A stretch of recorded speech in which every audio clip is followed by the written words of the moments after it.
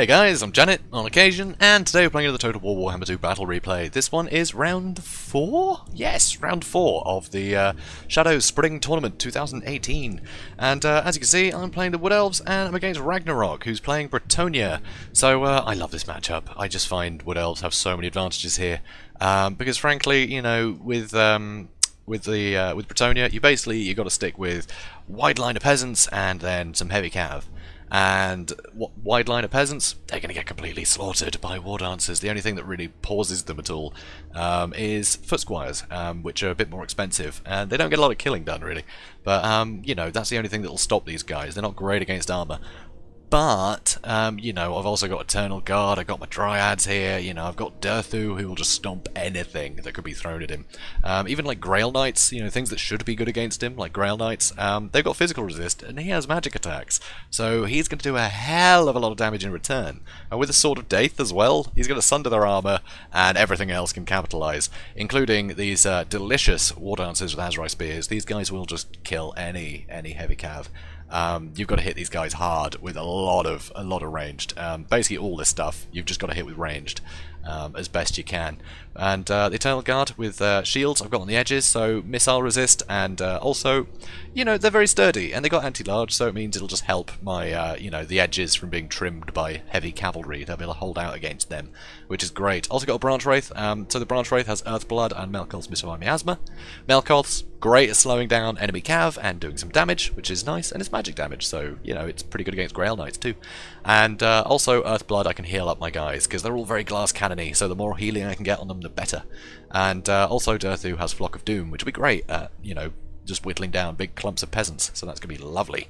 So I've got some Dryads in the front, so they do pretty well against most of the peasants, but generally they're here just to be a bit cheaper than my other frontline units and soak up some damage.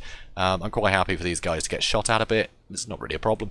So also here, Sisters of the Thorn, these guys are fantastic, as we've gone over before, but I'm going to go over them one more time just to be safe. So Sisters of the Thorn, you can see you have these 2 free spells that they can use. One of them you can use 3 times, or one twice.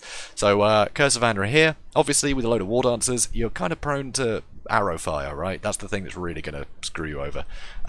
But if you can lower the enemy melee attack by 26, they're going to take a lot less damage. You can also slow them down so they can't retreat as well, if that's what they're trying to do. And also lowers accuracy, so if you do it at sort of the ranged line, they're going to be shooting a lot worse. Also, Shield of Thorns adds missile resist and extra damage. So extra percentage of damage when you've got something that damages quite a lot already, that's going to be really significant. And also the missile resist, it means the War Dancers are going to be able to sustain more, you know, more arrows, especially if you lowered the accuracy of the thing shooting at them. So pretty huge buffs there. And also they've got a load of physical resist, they've got really good combat stats, they've got some ranged damage as well, which is poisonous. They just have so much utility. So an absolute must, I think. That, and you know, they can outrun a lot of cav, so you know, you can just sort of Benny Hill people around the place, you know, if they want to catch them. So that's great. So this is pretty beautiful. I love me some Wood Elves, and here we can see he's actually repositioning somewhat. Ragnarok's brought a front line of Battle Pilgrims. They'll do some damage, but they're not very good at sort of sustaining damage themselves. Similar to War Dancers, but they're not as good. They're not as capable. So War Dancers will win, you know, outright against things like Battle Pilgrims. They really need to be backed up by something. But he does have all these spearmen at arms, which they have a lot of chevrons in them, and that is because if we look at them, they now have 47 melee defense, which is pretty gigantic, to be honest. That's almost as good as high elf spearmen, which is pretty significant. So so that's pretty cool. But this is where things start falling apart. Here you can see he's got 2 field trebuchets, and I mean, yeah, big rocks land in the middle of a group, do some damage, but I mean, look at this. I mean, look how spread out all the units are. And trebuchets are ridiculously inaccurate anyway. So, most of the time, they're not even going to hit amongst big blobs like this. Trebuchets are really bad in this game. Obviously, in campaign, you know, they're great. You can, you know, attack places. You can besiege places straight away. You know, that's a great advantage. But in multiplayer, they have no use. I mean, yeah, dense formations like dwarves, yeah, you can do some damage, but artillery is just going to destroy all the trebuchets before you can do anything, so it's a pity. And also, here, Peasant Bowmen, 5 units, that's brilliant, right? 5 archers, that is going to really do some damage to my War Dancers, but they're all just standard Peasant Bowmen, None of them are fire or pox arrows. Pox arrows would slow me down in the advance so he could get, you know, more volleys off, and fire would be able to counter Dahv. So if he dropped one of these and made the others, you know, a couple of fire, a couple of pox, that would have been way better than these 5. All he's doing is giving me more stuff to murder. So that is a real problem. You really want to bring, you know, poison attacks to slow me down, and you want to bring the fire attacks, because it's Wood Elves, you know, chances are going to bring something that, you know, you can turn into kindling, so well worthwhile. Also, you can see here he's got King Leonka. Great choice, actually. He's got great buffs and debuffs. Since I didn't go with a load of archers, he's fine. You know, he's safe. I can't pin him down with a you know, Prey of Anathema and then kill him with Way Watchers, because I didn't bring that build. But that is something you've got to watch out for against, you know, against the Wood Elves. They can go down that route and they will punish you for it. But also, he does have some heavy cav, which is good. He does need some, but they're Knights of the Realm. And Knights of the Realm, they're anti-large, but they don't have the best armor piercing, generally, so yeah, it's very select uses for them, I think. All the large units that I'm going to be bringing as the Wood Elves have a lot of armor, or a lot of physical resist. So really, you want Grail Knights to cut through physical resist, and also they just pack so much of a punch, and they're so hard to hurt in return because of their physical resist. So you really want that. Knights of the Realm, I just don't think perform well enough in this matchup. But he's got a couple units of them, so he's got some heavy cav. I think Knights Errant would have probably done better, simply because he could have kept them, you know, defensively, and as things like War Dancers approached, you could just smash into them in retreat, because heavy cav, War Dancers hate heavy cav. So anyway, we're going to speed things up and see how it goes. So his Trebuchet is going to start firing, but frankly, they're not going to hit anything. Let's see here, and both missed. Both missed. I mean, look at the size of this unit, and it didn't even hit amongst them. And even if it did, it would only hit a couple of units because they're all so spread out. Trebuchet is a bad pick, I'm afraid to say. He knows not to bring them now, though. That's for sure. So, yeah. The thing is, you know, again, a lot of the people in this tournament are campaign players, first and foremost. So it's been a hell of a learning experience for them. But I think we've got a few more multiplayer players out of it. You know, I think a lot of them have learned. You know, it's a pretty steep learning curve, but there's a series like entry level. It doesn't take much to be competent, just to know the things you need to watch out for. And they're all at that level now. They all know what not to do. So it's, you know, it's a hell of a lot of progress. And yeah, so I'm looking forward to playing them again at some point. So here we can see Dryads taking a lot of arrow fire. And that's fine, honestly. They're not the ones going to be doing all the killing. It's going to be more War Dancers. So that's fine. I'm happy for the Dryads to take all that punishment. Over here, I'm going to use Curse of Andra here, quite kind of early, actually. I want to lower these guys' accuracy for a bit. But I will get some of the benefit of the lowered melee attack, because that debuff lasts for a long time. So these guys are going to get in, but these guys, you know, they have 0 melee attack. They've still got 47 melee defense, which is a bit of a problem for me. But I'm charging in. Load of arrow fire on Dahv now. If it was fire attacks, they could have done so much better, because the flaming ones have a better armor piercing as well as the fire. So, you know, that would be really bad for Dahv.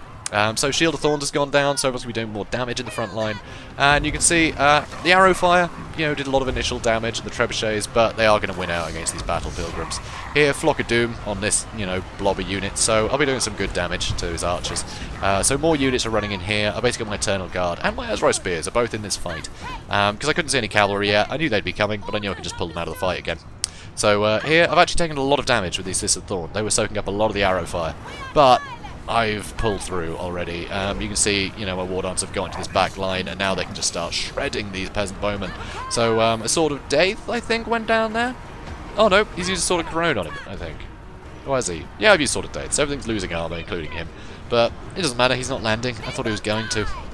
But still, Sword of Dahv does do some damage as well, and Terror as well is a problem. There's no Grail Reliquary, so there's not going to be any immune to psychology, so that's really rough.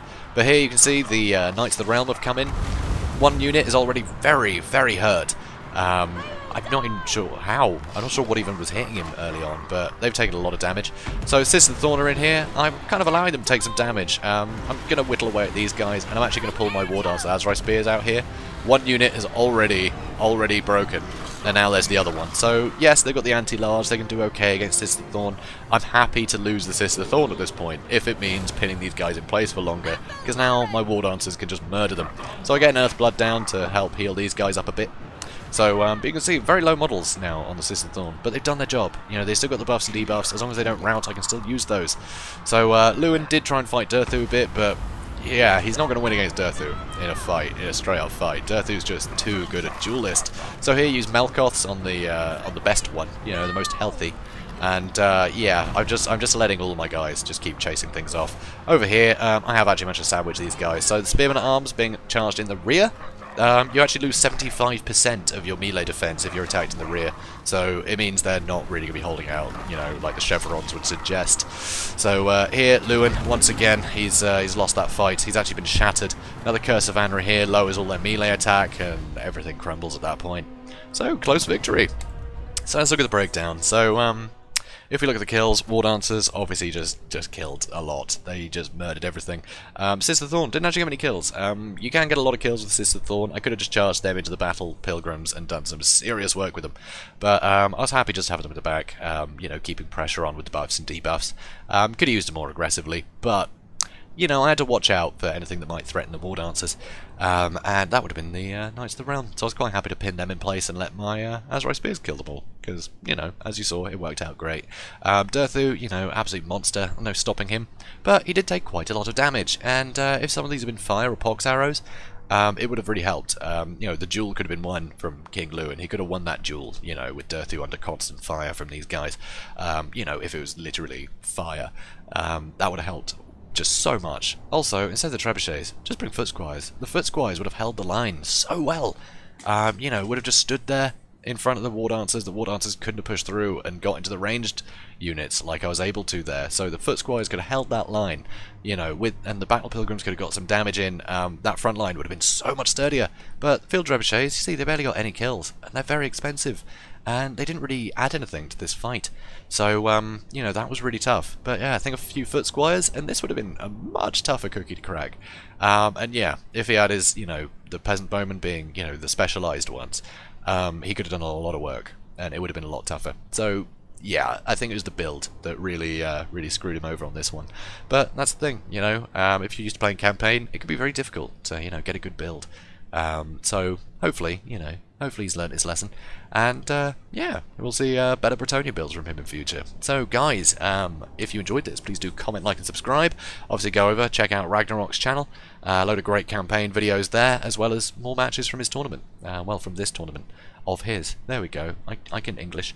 And yeah, so next up, it's going to be Shadow Online Gaming, our host for this tournament. I'm going to be facing against him tomorrow, and a lot of shenanigans. It was a very fun battle, so I hope you check that one out. So, guys, I will see you then. Have a good one.